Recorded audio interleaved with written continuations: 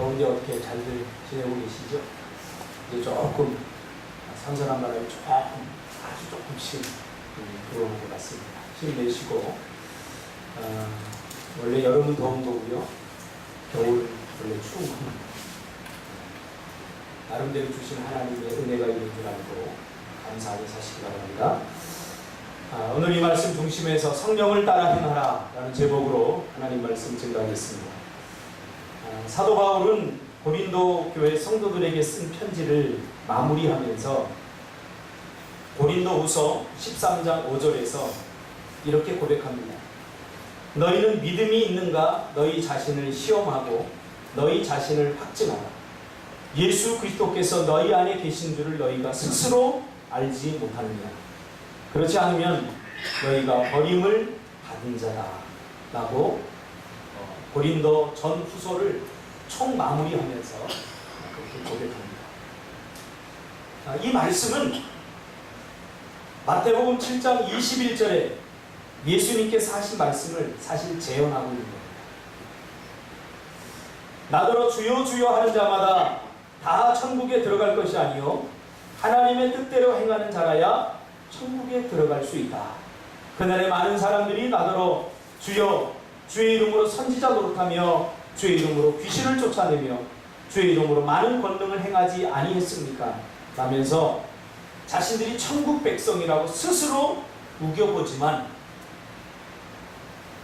우리 같은 사람이 안 되면 도대체 누가 천국 백성들입니까? 라고 따져보지만 주님은 그런 행위를 불법이다 라고 규정하면서 내가 너희를 도무지 알지 못한다 라고 아주 냉정하게 말해버립니다. 이 본문의 말씀이 그대로 사도 바울에 의해서 고린도 교회 성도들을 진단하면서 내린 사도 바울의 결론이기도 합니다. 그러면서 7장 20절에 예수님은 아주 중요한 말을 합니다. 열매로 안다 라고 합니다. 뭐를 열매로 알아요? 구원. 너희가 하나님의 백성이냐 아니냐는 너희들의 주장이나 너희들의 과거의 어떤 경험이나 너희들이 지금까지 쌓은 하나님이 기뻐할 것이라고 여겼던 헌신이나 봉사 이것들로 결정되는 것이 아니라 열매로 안다라고 말합니다. 그러면서 7장 20절에 이러므로 그들의 열매로 그들을 알리라. 그래서 오늘은 열매에 관한 구원의 열매에 관한 말씀을 함께 나누려고 합니다. 예수님이 복음을 증거하면서 깨달은 것이 있습니다. 바로 복음을 받아들이고 천국 백성이 된 사람들과 그리고 복음을 거부하고 하나님의 백성이 아직 되지 못한 그러한 사람들 사이에 일어나고 있는 어떤 현상이 있음을 예수님 분명히 깨닫게 되죠. 그래서 예수님은 이미 천국 백성이 된 자들과 그렇지 못한 자들을 복음서에 보면 날카롭게 구분하고 있습니다. 복음을 전하지만 복음은 예수 믿은 사람과 예수 믿지 않는 모든 사람에게 다 필요한 거예요. 예수 믿는 사람들이 복음이 필요 없다고 생각하는 것은 잘못된 겁니다. 우리 복음을 더 알아야 됩니다. 그래서 복음은 예수 믿지 않는 사람과 이미 예수 믿은 복음을 받아들인 사람에게 다 필요한 것이 복음입니다. 그럼에도 불구하고 예수님은 이미 복음을 받아들인 자들과 그렇지 못한 자들을 예수님 말씀을 복음을 전하면서 날카롭게 구분하고 있는 것을 발견하게 됩니다. 죄로 말미암아 죽었던 영이 살아난 하나님의 백성들은 어떻게 살아가는가? 삶을 보시는 거죠. 구원받은 백성들과 구원받지 못한 백성들의 삶을 예수님께서 비교하면서 복음을 받아들였는가, 복음을 받아들이지 않았는가를 분간하고 있는 거죠. 다시 말하면 예수의 생명을 덧입어서 이미 복음을 받아들인 사람들은 예수의 그 생명을 덧입어서 날마다 생명의 능력을 경험하며 풍성한 삶을 살아간다는 거죠. 근데 여기서 말하는 풍성한 삶이라고 하는 것은 물질적인 것이 아님을 다시 한번 우리는 알아야 됩니다. 결국 내 안에 예수의 생명이 있는 사람은 자신의 뜻을 내려놓고 하나님의 뜻을 자신의 인생의 목적으로 삼고 예배를 얼마나 드리느냐, 기도를 얼마나 하느냐, 얼마나 봉사하느냐, 이게 아니라는 거죠. 삶 가운데 자신의 뜻을 내려놓고 하나님의 뜻을 자신의 인생의 목적으로 삼고 살아가느냐, 살아가지 않느냐, 그것이죠. 그래서 요한복음 10장 10절에 내가 온 것은 양으로 생명을 얻게 하고 더 풍성하게 하려는 것이라는 말씀을 예수님께서 하시죠. 결국 더 풍성한 삶, 그것은 우리가 전번주에도 설교했듯이 더 온전하고 더 풍성하게 예수를 닮아가는 삶이죠. 내 안에서 결국은 신의 성품에 참여한 자처럼 예수님처럼 되는 거예요. 이것이 예수님이 우리를 구원하신 목적이고 하나님의 뜻입니다. 그저 생명을 구원하는 것, 그것이 전부가 아닙니다. 그러므로 이 하나님의 뜻을 안 이미 구원받은 백성들은 그 뜻을 이 땅에서 이루면서 살아가고 있냐라고 자신에게 물어봐야 되는 거죠. 예수님이 이 땅에 오신 목적을 계속해서 이루며 사는 삶, 그것이 구원을 이루어가는 삶입니다. 그것이 더욱더 사도 바울이 표현한 것처럼 더욱더 이루어야 할 구원인 것입니다. 나는 구원 받았다 라고 말하는 것은 반만 맞습니다. 그런 의미입니다. 왜냐하면 구원은 과정이고 구원은 아직 예수님이 재림하지 않았기 때문에 그 과정 속에 있기 때문입니다. 그래서 우리가 구원 받았다 라고 하는 것은 반만 맞는 거예요. 구원 받았고 구원 받고 있으면 구원이 완성된 구원을 향해서 우리가 지금 나아가고 있는 거죠. 그러므로 더욱더 이루어야 할 구원이라고 하는 이 말을 우리가 조금 더 의미심장하게 우리가 받아들이고 묵상해 볼 필요가 있습니다. 결국 성경에서 밝힌 유일한 하나님의 뜻은 에베소서 1장 5절에서 우리를 예정하사 예수 그리스도로 말미암아 자기의 아들들이 되게 하는 것입니다. 그리고 거기에 머물지 않고 더 풍성하게 확장해 나가는 것, 그것이 바로 하나님의 뜻입니다. 그래서 우리는 저번 주에 베드로후서 1장 3절과 4절에서 베드로가 이해한 이 하나님의 뜻을 우리가 살펴보았죠. 베드로 사도는 이것을 이렇게 표현했죠. 그의 신기한 능력으로 생명과 경건에 속한 모든 것을 우리에게 주셨으니 이는 자기의 영광과 덕으로서 우리를 부르신 이를 알므로 말미암으니라. 4절에 이로써 그 보배롭고 지극히 큰 약속을 우리에게 주사 이 약속으로 말미암아 너희가 정욕 때문에 세상에서 썩어질 것을 피하여 신성한 성품에 참여하는 자가 되게 하려 하셨느니라. 그러니까 우리를 구원하신 것은 그리스도의 신성한 성품에 참여하는 자가 되게 하려고 구원하셨다. 참여하는 삶. 그래서 구원받은 사람은 그리스도의 삶에 참여하는 삶을 살아야 됩니다.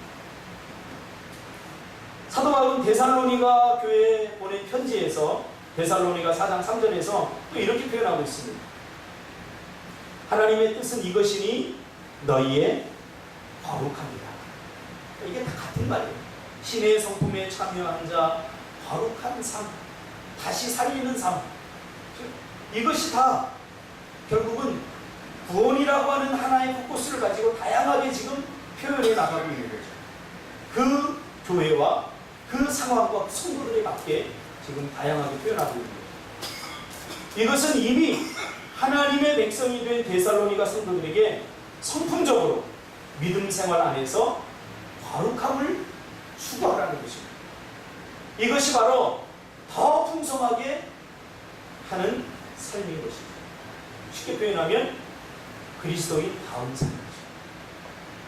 하나님을 닮아가는 삶인 것입니다. 한 성도를 거룩하게 하는 것이 곧 교회를 풍성하게 하는 것임을 사도 바울은 알았죠. 그것이 곧 하나님의 뜻임을 깨닫게 된 것입니다. 그래서 우리는 그리스도 안에서 서로 지어져 간다라는 표현이 있었어요. 우리는 지금 지어져 가는 거예요. 온전한 그리스도의 몸으로 우리는 지어져 가는 거죠. 나를 거룩하게 세워나가는 것, 그것이 곧 교회를 건축하는 것이고 하나님의 뜻대로 사는 삶인 것이라고 지난주에 살펴보았습니다. 이것을 방해하는 것이 있어요. 바로 죄죠. 죄는 다양하게 우리를 공격합니다. 죄된 성품으로 공격합니다. 죄된 마음으로 공격합니다. 죄된 생각들로 공격합니다. 죄된 습관으로 공격합니다.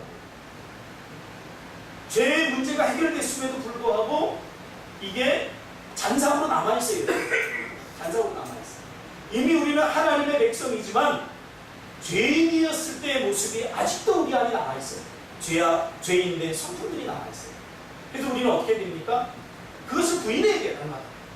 이미 우리는 그리스도인이기 때문에 날마다 부인하고 옛 자아를 날마다 십자가에 죽이면서 우리는 새 것이 되었다. 새 인격으로 내주하신 그리스도가 내 안에 있기 때문에 그 그리스도를 우리는 살아가야 됩니다. 이것이 사도 바울이 주장하는 복음의 핵심입니다. 그러므로 결국 하나님의 백성들은 어디서 결정되는가? 이미 하나님의 백성이 된 우리는 삶에서 결정됩니다. 그래서 신앙을 생활이라고 말합니다. 신앙생활. 우리의 주장에 의해서 결정되는 게 아니라는 거죠.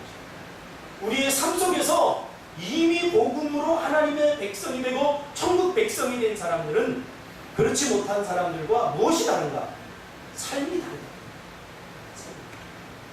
자, 여기까지 모든 사람이 동의를 하는데 그러면 어떻게 삶이 다르냐? 여기서 종교와 참 생명이 구분이 되는 거예요. 그러면 세상 사람들과 예수 믿는 사람들은 삶이 다른데 그 삶을 결정하는 것이 무엇인가에 대해서를 한번 살펴보기로 합니다. 어떻게 살아가야 하는가? 아니, 더 정확한 질문은 지금 내가 어떻게 살아가고 있는가? 그것을 되짚고 봐야 돼요. 근데 문제는 이런 삶을 무엇이 가능하게 하는가라는 거죠. 예수 믿는 사람들의 삶은 따로 있다는 거예요. 예수 믿지 않는 사람들의 삶은 따로 있다는 거예요.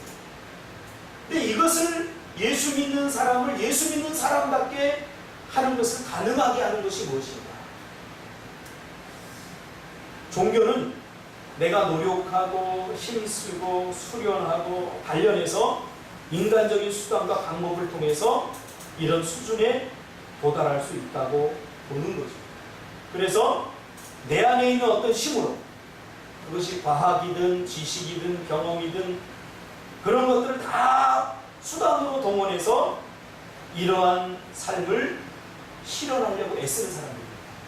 이런 사람들이 바로 종교입니다. 그러니까 우리가 교회에 다니고 있지만 내가 이런 수준의 그리스도인의 삶을 살아가는 것을 가능하게 하는 것이 성경이 아니고 바로 이러한 인간적인 수단과 방법을 의존하고 있다면 나는 여전히 종교적인 수준에 머물러 있다라고 봐도 무방합니다. 그러나 성경은 이러한 인간의 과학이나 지식이나 경험이나 수단, 노력, 애씀을 통해서 하나님의 백성에 도달하는 것이 불가능하다는 거죠. 다시 말하면 하나님의 백성답게 사는 것이 불가능하다는 거죠. 그러니까 애매한 것이 있는데 뭐냐면 우리는 예수 믿는 것이 하나님의 전적인 은혜다 라고 생각을 합니다. 그리고는 그 다음부터의 삶은 나의 노력과 애씀이 필요하다 라고 생각하면서 예수님께서 우리에게 주신 전적 은혜를 부인하고 그 다음부터 나의 노력과 나의 애씀으로 다시 돌아가요. 다시 율법으로 돌아가는 거예요. 그러니까 사도 바울이 가슴 아프게 생기겠던 것이 바로 그겁니다. 복음으로 그저 하나님께 주신 은혜로 우리가 구원받았는데 구원받은 이후에는 다시 율법으로 돌아가는 거예요. 이것이 초대교회에서 나타났던 심각한 복음 훼손 현상입니다. 오늘 우리도 마찬가지입니다. 우리가 주의 은혜로 정말 주님의 은혜로 구원받았어요. 그러면 주님의 은혜로 살아야 되는데 그 다음부터 어떻게 삽니까?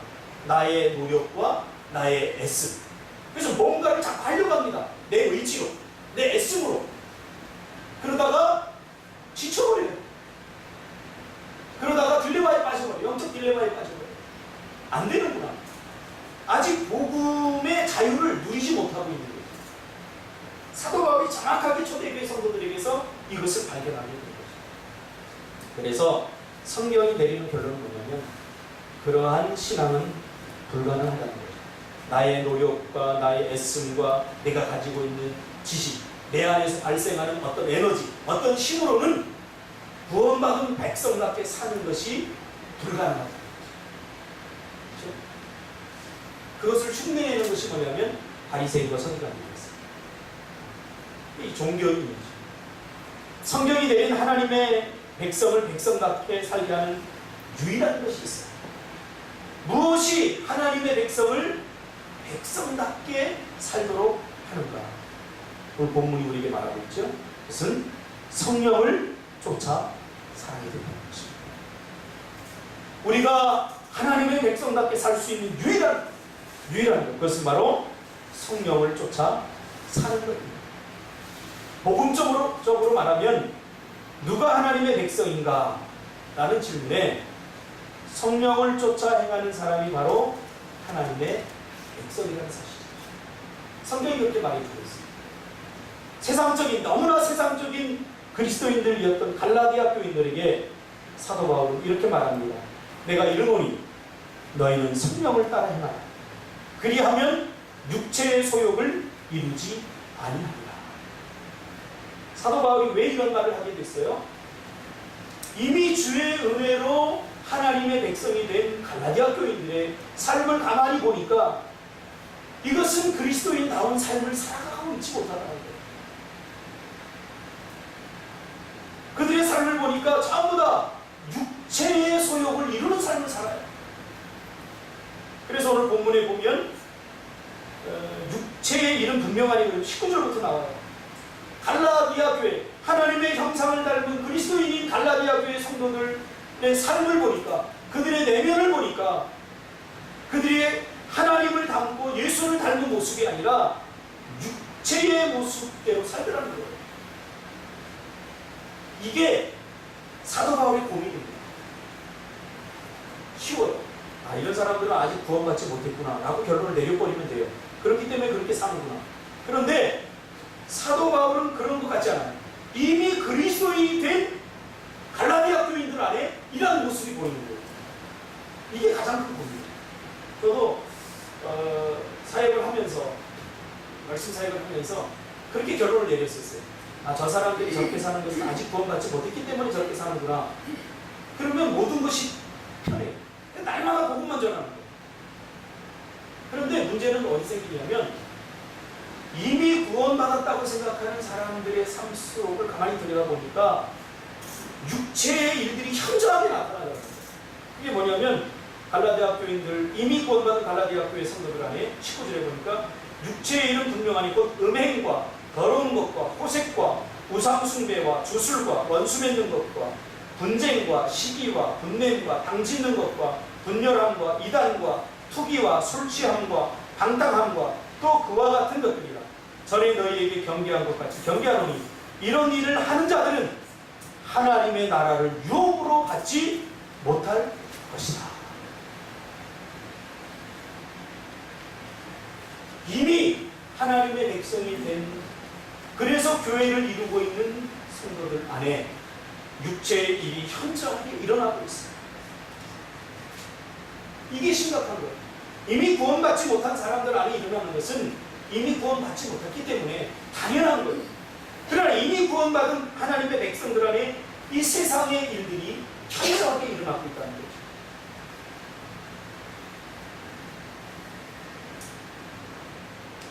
그래서 17절에 보면 육체의 소욕은 성령을 거스리고 성령은 육체를 거스리나니 이 둘이 서로 대적함으로 너희가 원하는 것을 하지 못하게 하려 하느니라.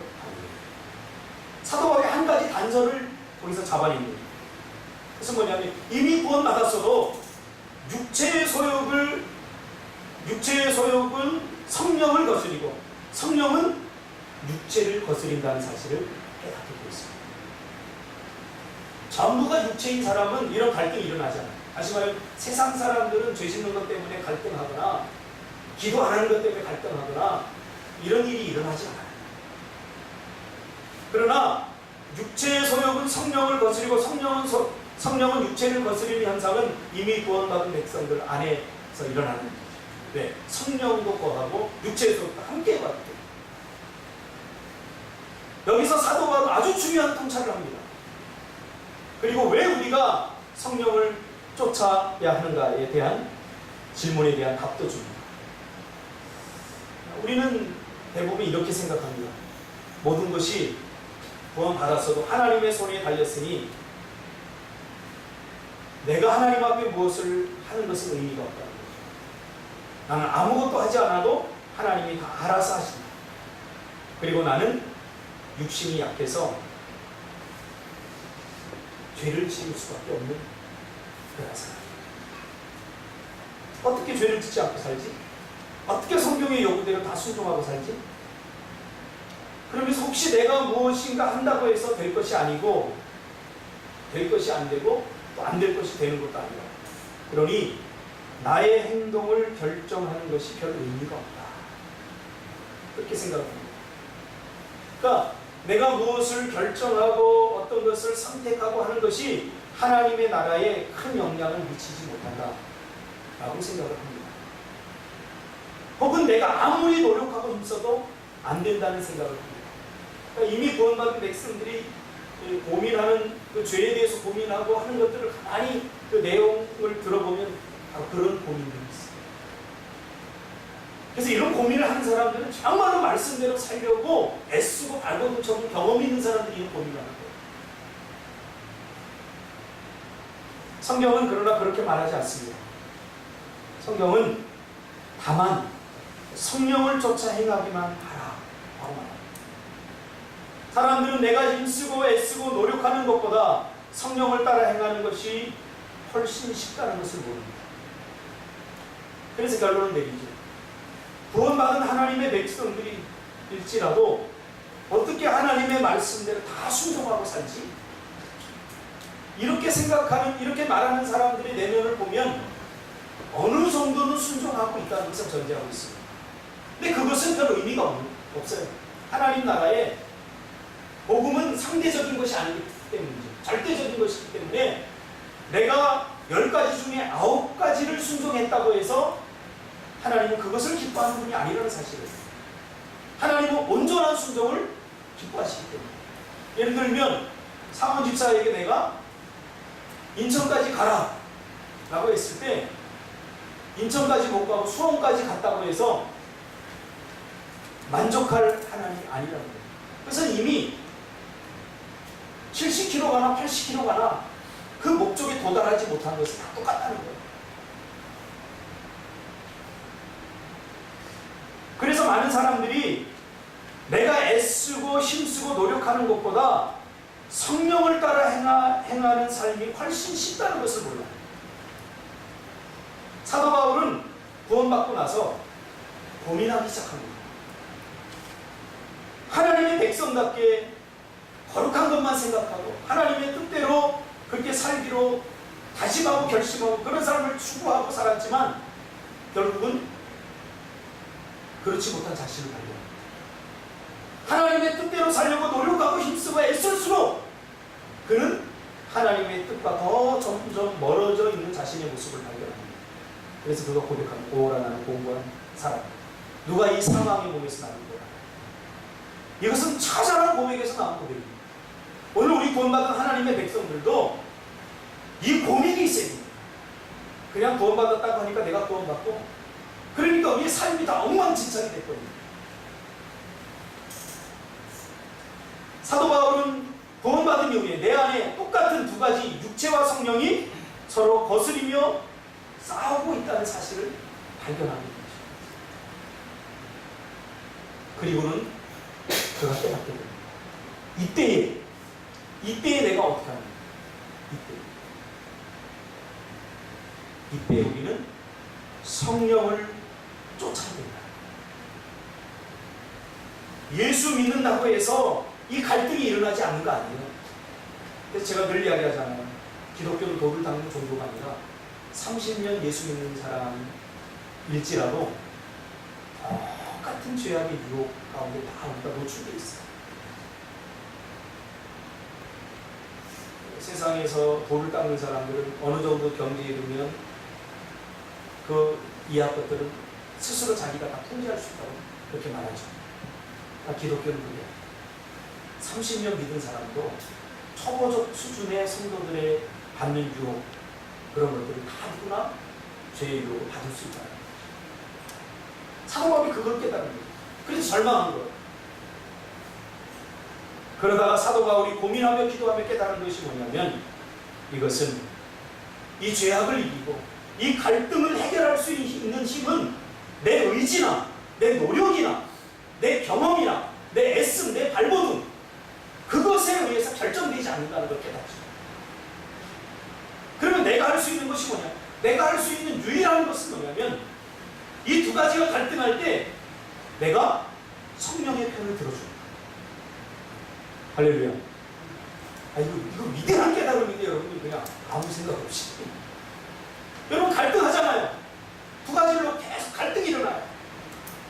하나는 육체의 소욕이 주는 달콤한 영향력, 하나는 성령이 그러면 안 돼 라고 이 두 가지가 똑같이 일어난다. 갈등이 일어난다는 건 이 두 가지가 50대 50이라는 거예요. 이때 우리는 어떻게 됩니까? 성령의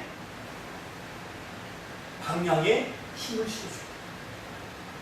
이것이 내가 할 수 있는 일이고 일의 전부고, 오늘 본문에서 말하는 성령을 따라 행하라 라고 하는 말은,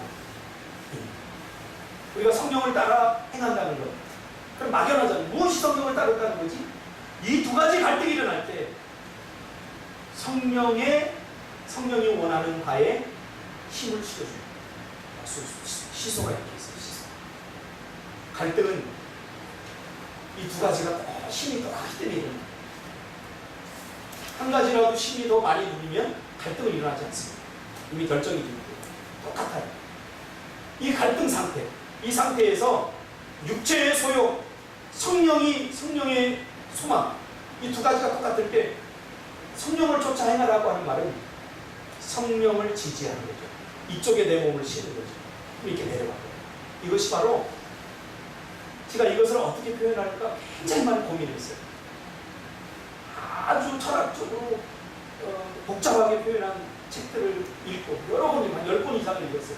그리고 내 나름대로 이것을 어떻게 성도들에게 표현할까라고 고민하다가 지금 풀어서 설명하는 아주 쉽다. 그러니까 이 표현은 굉장히 쉽지만, 이렇게 표현하기까지 과정은 저 안에도 내면적 갈등이 굉장히 많았어요. 그것이 힘 기울기를 결정하는 아주 중요한 것입니다. 그러니까 절대 어렵지 않아요. 그저 우리는 이 두 가지 갈등 가운데 성령이 기뻐하는 쪽으로 참여하고 지지해 줍니다. 하나님은 우리를 로봇처럼 만든 것이 아니라 하나님의 형상을 따라 만들었습니다. 그래서 그 갈등의 순간에 난 모르겠습니다. 이것도 하고 저것도 하고 싶은데 하나님의 뜻대로 해주세요. 이것은 직무유기입니다. 하나님은 그 선택권을 우리가 하도록 그렇게 배려해 주셨습니다. 근데 우리는 대부분 잘 결정하지 않아요. 그래, 하나님의 뜻대로 해주세요. 이 말은 사실은 내가 아무것도 선택하거나 결정하지 않겠다는 뜻입니다. 왜? 하나님은 우리에게 자유의지를 주시고 그 자유의지를 통해서 선택하고 결정하는 거예요. 성령을 쫓아 행하라, 이 말은 성령을 선택하고 성령의 뜻을 지지하라, 그 말입니다. 충분히 지지할 수 있어요. 제가 다 실험해봤어요. 정말 미운 사람이 있어요. 근데 내가 용서를 해주자니 내가 너무 억울한 거예요. 왜? 내가 당한 것이 얼마나. 내가 엄청나게 당했는데 이거 용서가 안 되는 거예요. 용서가. 그래서 내가 기도하는데 기도가 안 되는 거예요. 이 미움이 가득한 상태에서, 육체의 소욕이 가득한 상태에서 기도하려고 하니까 기도가 안 되는 거예요. 기도가. 하나님께서 이제 뭔가 결정하라는 거죠. 근데 내 안에 육체 소욕들은 계속해서 나에게 충동질하는 거야. 야, 너 억울한 거 아니야, 그거? 그 사람이 너한테 한 게 얼마인데? 저번 주에 이 사모 집사가 저를 찾아왔어요. 스웨덴에 마침을 하느라고. 회사를 그만두고 세자로 들어갔는데 정리하는 과정 속에서 제가 들어보니까 정말 억울하겠더라고요. 저한테도 가서 그냥 주먹을 날려서 강냉이 몇 개부터 뽑아보고 싶은, 정말 억울하게 모함을 받고 있고 찾아가서 멱살 잡고 흔들고 싶은 그 마음이 가득해요. 목사님 어떻게 됩니까? 성령한테 물어봐요. 성령님께. 저도 그랬어요. 용서하면 내가 억울하고 내가 바보가 되는 거예요. 쟤는 싸울 줄도 몰라요. 두 가지가 팽팽하죠. 근데 이때 성령, 내 의지와 상관없이 성령을 쫓아 행해야 돼요. 성령이 하라는 대로 용서하라. 이 과정이 내가 용서하라 결정하고 나니까 모든 게 다 쑥딱 해결되진 않더라고요. 일단 결정하기를 원해요. 하나님 용서하겠습니다. 그리고 나니까 이게 미운 마음이 싹 사라지는 게 아니에요. 그래도 뭔가 억울해요. 그때마다 나 용서하겠습니다. 결정하는 거예요. 그리고 하나님의 그 성령의 뜻을 자꾸 지지하는 거예요. 성령의 뜻에 자꾸 참여하는 거예요. 그런데 놀라운 것이 있어요. 시간이 어느 정도 흐른 후에 정말 그 사람이 미워지지 않게 된 거예요.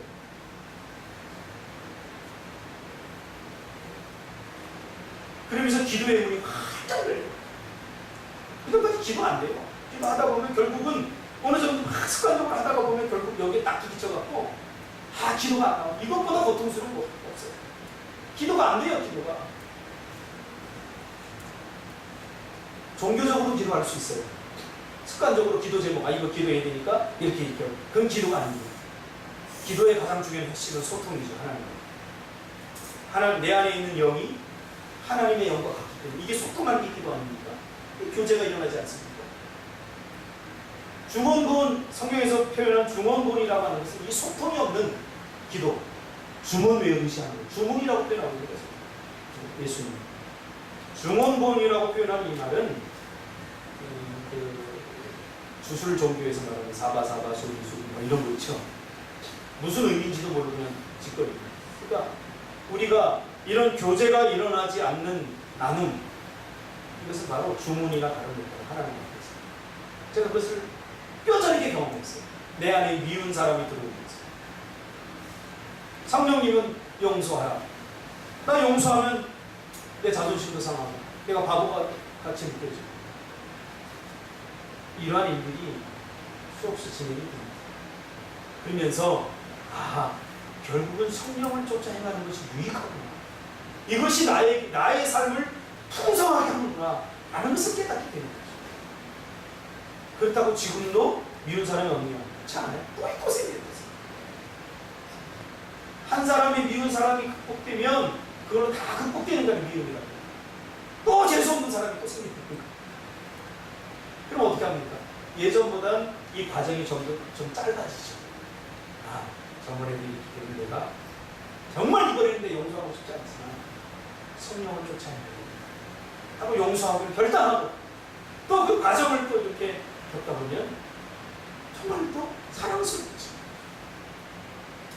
이게 성령을 쫓아 행하는 삶이고 우리가 더욱더 이루어야 될 구원, 하나님의 백성다운 삶이라는 거죠. 하나님이 결정해 주시는 것이 아닙니다, 여러분.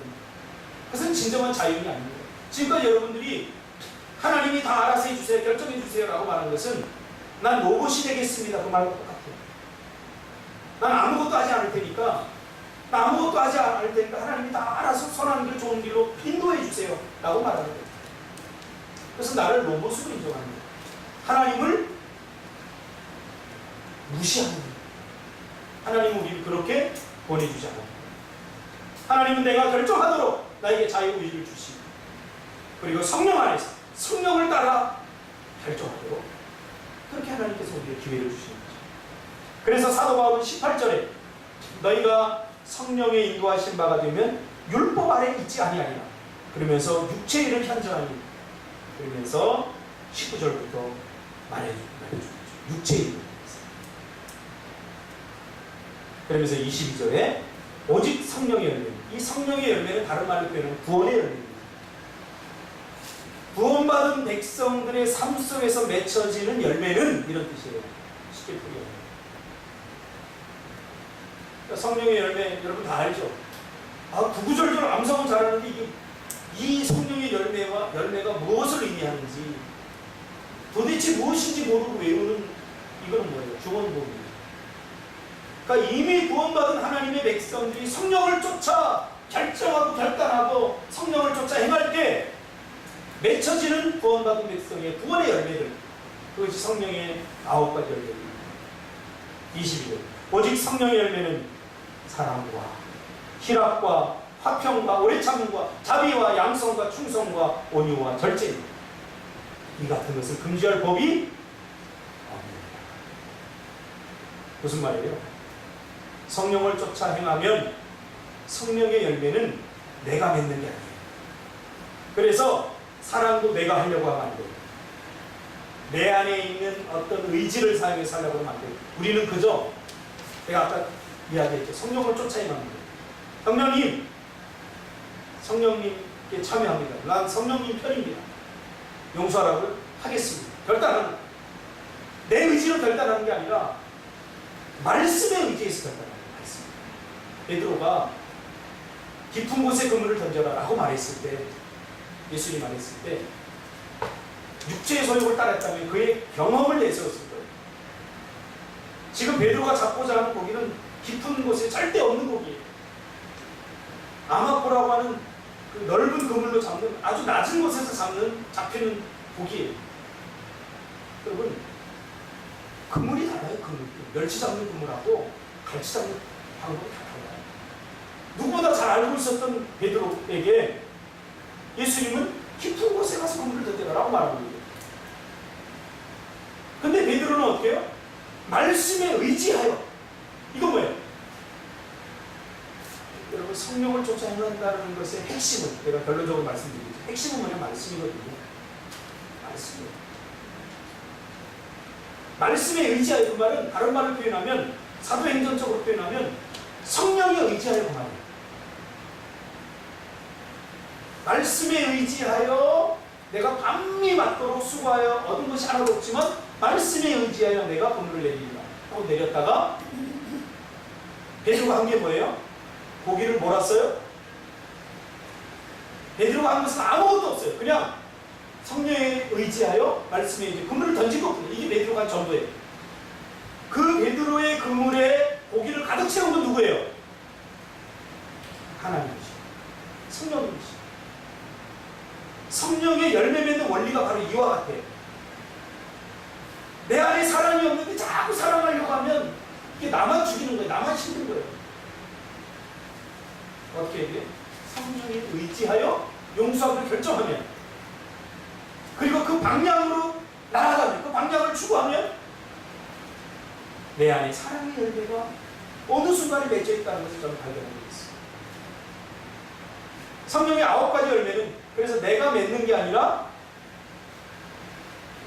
하나님이 맺혀주시는 거예요. 그래서 내가 내 의지로 사랑하려고 할 필요 없이 내가 성령의 방향을 지지하고 함께 참여하면 됩니다. 성령을 쫓아 행하라. 이것은 그러므로 자발적이면서도 적극적으로 참여하라. 성령을 따라 행하라. 오늘 본문에 그렇게 됐는데 저는 예전 번역본이 더 좋은 것 같아요. 성령을 쫓아 행하라고. 이게 훨씬 이 성경 전체를 이해하는 사람이 번역을 한 번역이에요. 근데 원문을 따라 번역하면 성령을 따라 행하라 라고 되어 있는데 저는 성령을 쫓아 행하라. 이게 훨씬 더 맞는 것 같아요. 자발적이면서 적극적으로 참여하기로 하는 거죠. 그러므로 종교인들은 이것을 자기 스스로 수양하고 갈고 닦아서 맺으려고 하니까 안 됩니다. 그런데 자기 위신이 있으니까 어떻게 됩니까? 거기서 나오는 것이 바로 위선입니다. 위선. 하는 척 하는 거죠. 기도하는 척, 거룩한 척, 괜찮은 척 하는 거죠. 복음은 괜찮은 사람을 만드는 거예요.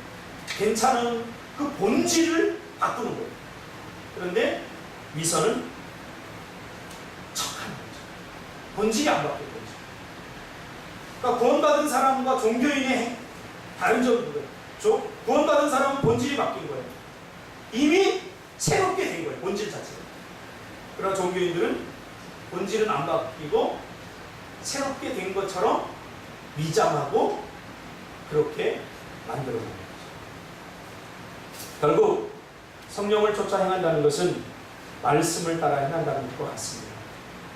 쉽게 말하면 성령 행전이라고 말할 수 있는 사도 행전의 모든 역사의 중심에는 바로 말씀이 있었습니다. 말씀대로 베드로가 말씀을 전하자 저들이 찔림을 받았습니다. 누가복음 8장 11절에 보니까 말씀이 씨앗이라고 말하고 있습니다. 그래서 아레이 토레이 목사님은 이렇게 말합니다. 얼음 같은 마음을 녹이고 완고한 의지를 꺾을 수 있는 능력을 원하는 사람들은 많지만 내 말이 불같지 아니하냐, 반석을 쳐서 부서뜨리는 방망이 같지 아니하냐. 예레미야서 23장 29절의 말씀을 기억하는 사람은 적다. 그러니까 성령을 쫓아 행한다는 것은 말씀을 따라 살아간다는 것과 마찬가지입니다. 항상 우리가 말씀편에 서야 된다는 거죠. 다양한 선택을 요구하는 우리의 삶 속에서 우리는 결국 우리의 시선은 말씀에 머물러야 됩니다. 내 경험과 내가 지금까지 한 어떤 지식과 내가 한 방법과 습관 이런 것을 다 내려놓고 그것이 이해되지 않더라도 말씀이 원하는 것이 무엇이냐. 그래서 그 말씀에 내가 참여하는 거죠. 도저히 용서할 수 없는 사람을 만났는데 내 경험 속에서는 내 자아는 용서하면 너는 바보다라고 말하지만 우리가 성령에 의지하여 그물을 내렸던 베드로처럼 용서하기로 결단한 내 의지로 자발적으로 용서에 참여합니다. 왜 용서를 해야 되는지 그 열매를 우리가 보게 된다는 거죠. 그래서 말씀을 따르다 보면 성령을 따르다와 마찬가지입니다. 성령과 말씀은 함께 갑니다. 그래서 구원의 그 축복들을 누리지 못하는 사람들을 가만히 보면 열심만 해서 열심히 구원받은 기쁨에 감사해서 열심히 교회 봉사하고 뭐하고 그러다가 어느 정도 시간이 되면 지쳤거든요. 그래서 신앙생활이 이런 부분이 없거든요. 그리고 신앙의 복음의 참 능력을 경험도 하지 못하고 교회를 떠나버린 사람들이 많아요. 이게 한국교회의 안타까운 현실이에요. 그래서 우리는 이제 복음에 참여해야 돼요. 말씀이 뭐라고 하는지 그 말씀의 편에 서야 돼요. 요한복음 7장 17절에 보니까 사람이 하나님의 뜻을 행하려 하면 이 교훈이 하나님께로부터 왔는지 내가 스스로 말하는지 알리라 고 말하고 있는 것입니다. 이와 같이 성령을 따라 행하면 우리가 잘하게 되고 성숙하게 됩니다. 그래서 베드로 후서 1장 5절 7절에 보니까 믿음의 기초 위에 덕의 지식을, 지식의 절제를, 절제의 인내를, 인내의 경건을, 경건의 형제 우애의 사랑을. 이게 자꾸 덧리고 가는 거예요. 몇 층짜리 건물이에요? 별 생각 없이 그렇죠. 7층짜리 건물. 자라가는 거예요. 우리는 자꾸 저기 1층짜리 건물에 만족해요.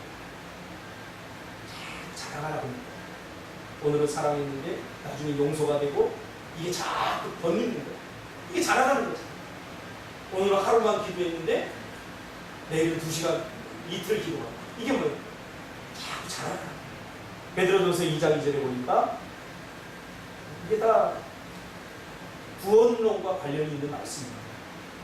근데 구원론과 연결시키지 못하니까 그 말씀은 좋은데 뭐 하라는 얘기인가 잘 모르는 거예요.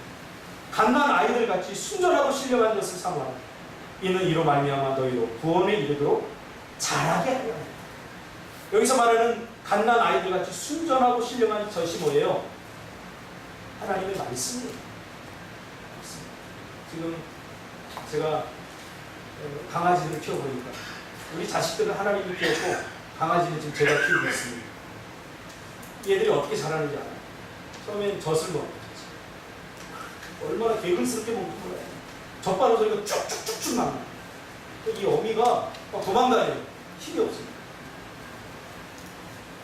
근데 젖만 먹으면 힘을 못 써요.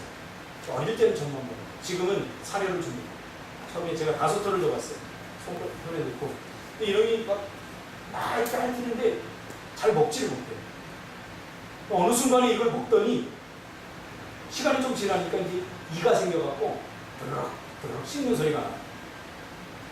근데 지금 얼마나 처먹는지 엄청 처먹어요. 팔지 않으면 안 될 것 같아요. 먹는 게 전부가 아니고 또 싸기를 얼마나 싸는지 먹는 것까지는 어떻게 해주겠어 내가 알아서. 이상한 거는 내가 우리 애들 똥도 내가 개똥 냄새를 맡으면서 내가 매일 치려보니까 열받는 거예요. 드니까요 묵직해요. 예전에 들면은 막 발버둥 쳐도 손을 꽉 잡고 아귀에 들어가서 깜짝 못했는데 이제는 발버둥 치면 떨어져요. 잘하는 거예요. 가만히 자라지 않았어요. 신령한 젖을 먹어야 돼요. 우리도 마찬가지예요. 구원은 뭐예요? 한순간에 다 이루어지는 거예요. 자꾸 자라나는 거예요. 그래서 말씀에 자꾸 순종하고 성령을 쫓아잡고 행하고 하는 이 방향성을, 우리 인생의 방향성을 성령에게 맞춰서 나갈 때 자라는 이 기쁨을 우리가, 이 기쁨을 누리라는 거야. 하나님은 구원받았으니까 이제부터 내 마음대로 살게요. 물어봐야 되는 사람 정말 구원받았는지. 우리 잘하고 있는가 봐요. 잘하고 있는가. 제가 이 집사님들 여기 나와서 기도하는 거 보면 정말 속으로 감동이에요. 물론 다 감동하는 거 아닙니다. 오해하지 마세요. 그 중에 한두 명만 제가 감동해요. 왜냐하면 기도를 들어보면 이 얼마나 잘하는가가 느껴져요. 기도하는 내용. 책 뽑아가지고 멋있는 미사여고를 써서 이렇게 하는 건 가슴이 절대 가슴이 나가지 않아요. 하나님도 똑같을 거라고 생각해요. 저번에 우리 명규 집사가 수요일날 기도하는데 뭐 하다가 아니 윤석이도 하고 제대로 준비했던 대로 안 된 것 같아요. 근데 그 안에서 진심을 느끼고 그 영적 갈급함이 느껴졌어요. 감동이 되고 울컥 울컥 하는 거예요. 이게 뭐예요? 이게 잘한 거예요. 지금 자라가고 있는 거예요. 제 눈에도 보여요. 여러분들이 잘하고 하나님 눈에 안 보이고 있어요. 하나님의 가장 큰 고통은 뭐냐면 하나님의 구원받은 백성이 잘하지 못하는 고통입니다. 다리가 병에 걸려서 잘하지 못하면 소아마비입니다. 절뚝거리면서 영적으로 우리가 잘하지 못하면 영적 소아마비가 돼서 절뚝거려요. 또 이런 사람들은 또 뭔가 또 자신도 강하고 뭔가 상처가 있어요. 절뚝거리기 때문에 뭔가 또 아픔이 있고 구원의 감격과 또 온전히 누리지 못해요. 어떻게 말씀을 가요. 그리고 말씀에 편해졌어요. 오늘 하나님께서 나에게 뭘 원하는지, 성령께서 나에게 뭘 원하는지 성령을 쫓아야 돼요. 우리가 제주도 땅에 온 것도 뭐 때문에 왔습니까? 제주도 땅값. 우리는 제주도 땅값이 오를 때 왔어요. 그래서 여기 와서 뭘 한다는 것은 의미가 없어요. 우리가 왜 왔어요? 성령을 쫓아온 거예요. 아브라함처럼 갈 바를 알지 못했지만 가라고 하니까 온 거예요. 정말 많은 것들을 포기해야겠어요. 여러분은 적기 때문에 잃을 것이 별로 없지만 나는 잃을 것이 너무나 많은 상태에서 왔어요. 잃을 것이 많은 사람들은 마음속에 뭐가 하나가 있는데 그게 뭐는 두려움이에요. 여러분들도 이제 애가 하나 둘 생기고 그러면 잃을 것이 점점 많아져요. 그러면 두려움도 점점 많아져서 청년 때 열심히 했던 거 못하게 돼요. 우리가 미얀마 선교도 그렇지 않습니까? 미얀마 선교는 우리가 어떻게 해서 갔어요? 잃을 것이 없기 때문에 갔어요. 가자 그러니까 가야 되는 줄 알고 갔어요. 근데 지금 이제 보세요. 지금 가자 그러면